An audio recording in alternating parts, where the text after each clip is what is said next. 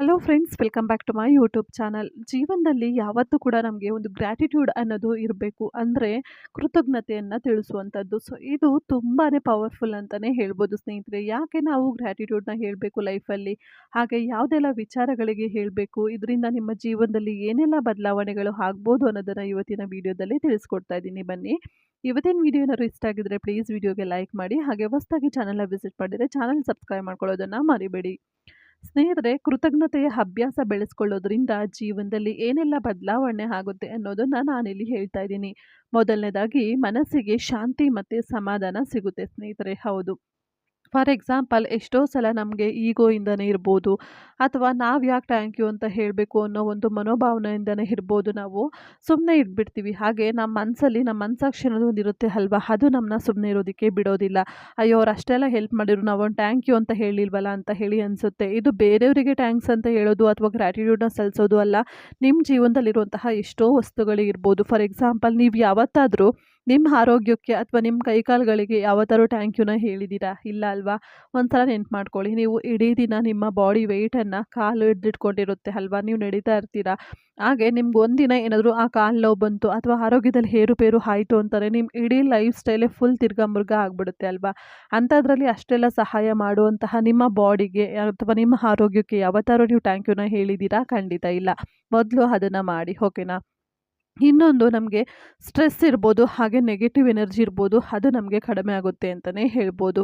ಪ್ರತಿದಿನ ನೀವು ಧನ್ಯವಾದ ಹೇಳುವ ಅಭ್ಯಾಸದಿಂದ ಸಮಸ್ಯೆಗಳಿಗಿಂತಲೂ ಪರಿಹಾರಗಳ ಮೇಲೆ ಗಮನ ಹರಿಯುತ್ತೆ. ಅವಾಗ ಇದರಿಂದ ಮಾನಸಿಕ ಒತ್ತಡ ಹಂತ ಹಂತವಾಗಿ ಕಡಿಮೆ ಆಗ್ತಾ ಹೋಗುತ್ತೆ ಅಂತಲೇ ಹೇಳ್ಬೋದು ಸ್ನೇಹಿತರೆ. ಹಾಗಾಗಿ ಮೊದಲು ಯಾವತ್ತಾದ್ರೂ ಸ್ಟ್ರೆಸ್ ಆದಾಗ ನಿಮ್ಮಲ್ಲಿ ನೆಗೆಟಿವ್ ಎನರ್ಜಿ ಜಾಸ್ತಿ ಇರುತ್ತೆ, ಆ ಟೈಮಲ್ಲಿ ನೆಗೆಟಿವ್ ಥಾಟ್ಸ್ನ ಗಮನ ಕಡಿಮೆ ಮಾಡಬೇಕು ಅಂತ ಅಂದಾಗ, ಇವತ್ತು ನನ್ನ ಜೀವನದಲ್ಲಿ ಏನೇನೆಲ್ಲ ಪಾಸಿಟಿವ್ ಆಗಿ ಆಗಿದೆ, ಏನೇನೆಲ್ಲ ಒಳ್ಳೆಯದಾಗಿದೆ ಅದನ್ನ ಬರೆಯುವಂಥದ್ದು ಒಂದು ಬುಕ್ಕಲ್ಲಿ, ಅಥವಾ ಜಸ್ಟ್ ಹಾಗೆ ನೆನ್ಪು ಮಾಡ್ಕೊಂಡು ಒಂದು ಗ್ರ್ಯಾಟಿಟ್ಯೂಡ್ನ ಸಲ್ಲಿಸುವಂತಹ ಅಭ್ಯಾಸನ ಮಾಡ್ಕೊಳ್ಳಿ.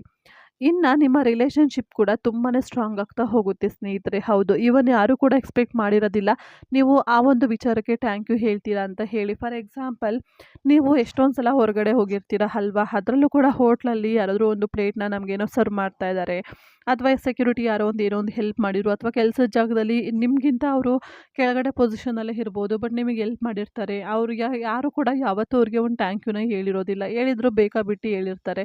ಸೊ ನೀವು ಅವರನ್ನ ಸ್ವಲ್ಪ ಖುಷಿಯಲ್ಲಿ ಮಾತಾಡಿಸಿ ಅವತ್ತಿನ ದಿನ ಥ್ಯಾಂಕ್ ಯು ಅಂತ ಹೇಳಿ, ನೆಕ್ಸ್ಟ್ ಟೈಮ್ ಅವ್ರು ನಿಮ್ಮ ಮುಖ ನೋಡಿದಾಗ ನೀವೇ ಅವ್ರನ್ನ ಮಾತಾಡ್ಸಿಲ್ಲ ಅಂದರೂ ಕೂಡ ಅವರೇ ನಿಮ್ಮನ್ನು ನೆನ್ಪಿಟ್ಕೊಂಡು ಖಂಡಿತ ಒಂದು ಸ್ಮೈಲ್ ಆದರೂ ಮಾಡ್ತಾರೆ.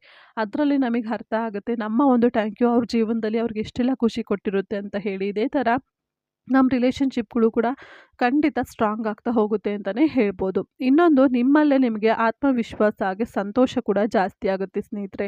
ಹೌದು, ಆತ್ಮವಿಶ್ವಾಸ ಅನ್ನೋದನ್ನ ಯಾರು ಕೂಡ ನಮಗೆ ಬಿಲ್ಡ್ ಮಾಡೋಕ್ಕಾಗಲ್ಲ, ಅದನ್ನ ನಮಗೆ ನಾವೇ ಬಿಲ್ಡ್ ಮಾಡ್ಕೋಬೇಕು. ಹಾಗಾಗಿ ದಯವಿಟ್ಟು ನಿಮ್ಮ ಜೀವನದಲ್ಲಿ ನಡೆಯುವಂತಹ ಚಿಕ್ಕ ಪುಟ್ಟ ವಿಚಾರಗಳಿಗೂ ಕೂಡ ಗ್ರ್ಯಾಟಿಟ್ಯೂಡ್ನ ಸಲ್ಲಿಸೋದನ್ನು ದಯವಿಟ್ಟು ಅಭ್ಯಾಸ ಮಾಡ್ಕೊಳ್ಳಿ. ಇವಾಗ ಮ್ಯಾನಿಫೆಸ್ಟೇಷನ್ ಅನ್ನೋದು ತುಂಬಾ ಒಂದು ಸ್ಟ್ಯಾಂಡರ್ಡ್ ವರ್ಡ್ ಆಗಿದೆ ಅಂತಲೇ ಹೇಳ್ಬೋದು, ಬಟ್ ಖಂಡಿತ ಅದು ಸುಳ್ಳಲ್ಲ, ಖಂಡಿತ ಅದು ಸತ್ಯ. ನಾನು ಕೂಡ ಈ ಒಂದು ಪ್ರಾಕ್ಟೀಸಲ್ಲಿ ಇದ್ದೀನಿ, ತುಂಬ ದಿನದಿಂದನೇ ಇದ್ದೀನಿ ಅಂತಲೇ ಹೇಳ್ಬೋದು, ಇವಾಗಿಂದ ಅಲ್ಲ. ಬಟ್ ಅದರಿಂದ ನನಗೆ ತುಂಬ ಒಳ್ಳೆ ಬೆನಿಫಿಟೇ ಸಿಗ್ತಾ ಇದೆ. ನೀವು ಕೂಡ ಅಷ್ಟೇ, ಇದಕ್ಕೆ ಆರಾಮಾಗಿ 10 ನಿಮಿಷ ಟೈಮ್ ಇದ್ರೂ ಸಾಕು. ನಿಮಗೆ ಯಾವೆಲ್ಲ ವಿಚಾರಗಳಿಗೆ ಗ್ರ್ಯಾಟಿಟ್ಯೂಡ್ನ ಹೇಳ್ಬೇಕನ್ಸುತ್ತೆ ಅದನ್ನು ಒಂದು ಪೆನ್ನು ಬುಕ್ಕು ತೊಗೊಂಡು ಬರೀರಿ.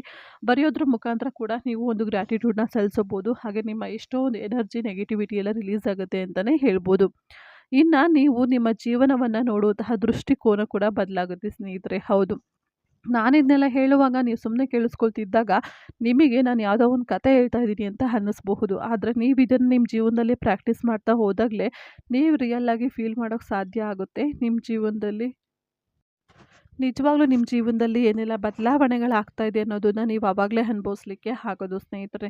ಯಾರೋ ಏನೋ ಹೇಳ್ತಾರೆ ಅಂತ ಹೇಳಿ ನಾವು ಸುಮ್ಮನೆ ಕತೆ ಥರ ಕೇಳ್ಕೊಂಡು ಹೋದಾಗ ಖಂಡಿತ ನಮಗಿದೆಲ್ಲ ಸುಳ್ಳು ಅಂತ ಸಹಜವಾಗಿ ಅನಿಸುತ್ತೆ ಅಲ್ದ್ರ. ಬಟ್ ಆದರೆ ಖಂಡಿತ ನೀವು ಕೂಡ ಪ್ರಾಕ್ಟೀಸ್ನ ಮಾಡ್ಕೊಂಡೋಗಿ, ಹಂಗಂತ ಹೇಳಿ ಒಂದೇ ದಿನದಲ್ಲಿ ನಿಮಗೆಲ್ಲದೂ ಕೂಡ ಫೀಲ್ ಆಗಬೇಕು ಅಂತ ಇಲ್ಲ ಅಲ್ವಾ. ಪ್ರಾಕ್ಟೀಸ್ ಮೇಕ್ಸ್ ಮ್ಯಾನ್ ಪರ್ಫೆಕ್ಟ್ ಅನ್ನೋದನ್ನ ಮರಿಬೇಡಿ. ದಯವಿಟ್ಟು ಪ್ರತಿನಿತ್ಯ ಅದರ ಒಂದು ಅಭ್ಯಾಸನ ಮಾಡ್ಕೊಳ್ಳಿ. ನಿಮಗೂ ಕೂಡ ಗೊತ್ತಾಗುತ್ತೆ ನಿಮ್ಮ ಒಂದು ಜೀವನನ ನೀವು ನೋಡ್ಕೊಳ್ಳುವಂತಹ ರೀತಿ ಇರಬಹುದು, ಹಾಗೆ ನಿಮಗೇನಾದ್ರು ನೆಗೆಟಿವ್ ಸಿಚುವೇಶನ್ ಬಂದಾಗ ನೀವು ಹ್ಯಾಂಡಲ್ ಮಾಡುವಂತಹ ರೀತಿ ಆಗ್ಬೋದು, ಪ್ರತಿಯೊಂದು ಕೂಡ ಡೇ ಬೈ ಡೇ ಚೇಂಜ್ ಆಗ್ತಾನೆ ಹೋಗುತ್ತೆ ಸ್ನೇಹಿತರೆ.